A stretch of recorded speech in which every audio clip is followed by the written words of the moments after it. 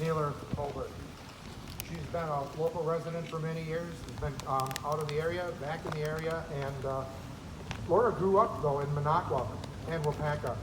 She attended UW-Madison from 2000 to 2006 and graduated with a bachelor's in, what's that word? Kinesiology. We'll have to take her word for it, kinesiology. She concurrently served in the Army National Guard from March 2001 to 2009 as a military police officer. Laura deployed to Baghdad, Iraq in March of 2003 to July of 2004. After graduating from UW-Madison, Laura taught physical education at Aylesbury, England, and in 2007. In 2008, she worked as an activities director in Fargo, North Dakota for individuals with special needs. Wanting to move more closer to home and utilize her degree, Laura worked as a physical education teacher and dean of students at Madison West High School from 2008 to 2017. She received a master's in education leadership through Cardinal Stritch in 2011 and a master's in experimental education from UW-La Crosse in 2012. She used her administrative degree when she assumed the role of Wapaka Middle School principal from 2017 to 2021. She is also an author and a speaker. Today is our keynote speaker for today's memorial service. Let's give Laura a warm welcome.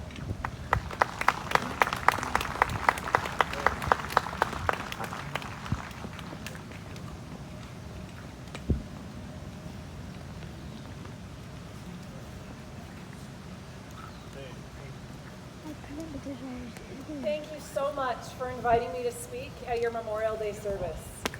What an amazingly beautiful park you have here. Thank you to everyone who has served, who is serving, and who might serve. As Tamara Bolton states, this is the day we pay homage to all those that didn't come home. This is not Veterans Day. It's not a celebration. It is a solemn contemplation over the cost of freedom. As David said, I am a combat veteran from Operation Iraqi Freedom. I served in Baghdad, Iraq as a military police officer in June 2003 until July 2004 for the Army National Guard.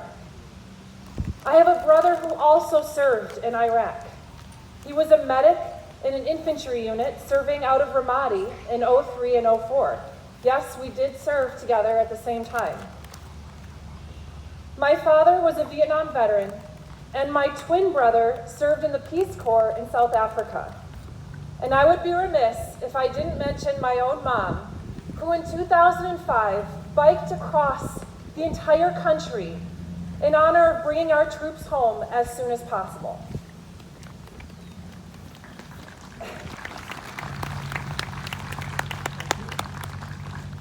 Additionally, I have a father-in-law who served in Vietnam, as well as other veterans in my family, including uncles and a grandfather. It wasn't until Memorial Day in 2004 that I truly understood the gravity of this day's significance. On April 9th of 04, my company lost its first soldier. Her name, Michelle Whitmer. She was the first female KIA in the history of the National Guard. We were on the same mission that dire night, guarding the Baghdad police stations from getting overrun by insurgents. We both drove home around 2 a.m. after our replacements arrived.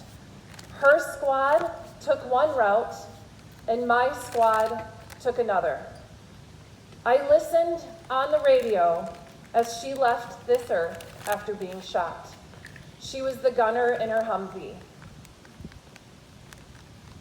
As I reflect on her passing and those of the millions of other soldiers before her, I finally understood the importance of Memorial Day. Winston Churchill said it best when he said, "Never in the field of human conflict was so much owed by so many to so few." As I said in my book, Memorial Day is no longer a holiday, a time to cook out and party. It's to commemorate fallen soldiers. I honor and remember not only Michelle Whitmer's sacrifice, but a young man named Daniel Thompson as well.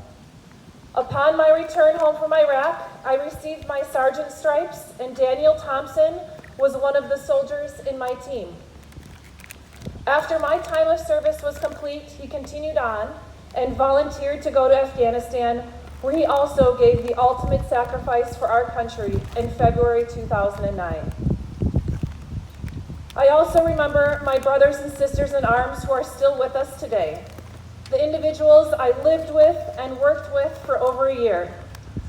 I think about the person I turned into while I was deployed, the blood, sweat, and tears I gave to serve our country, the despair, the pride, the love, hate, fear, joy, all of the emotions we felt for the long 16 months.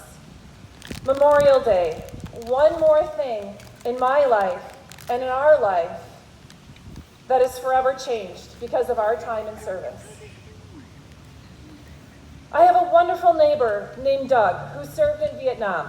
We often share war stories, and a few weeks ago, he told me that he feels a connection with me.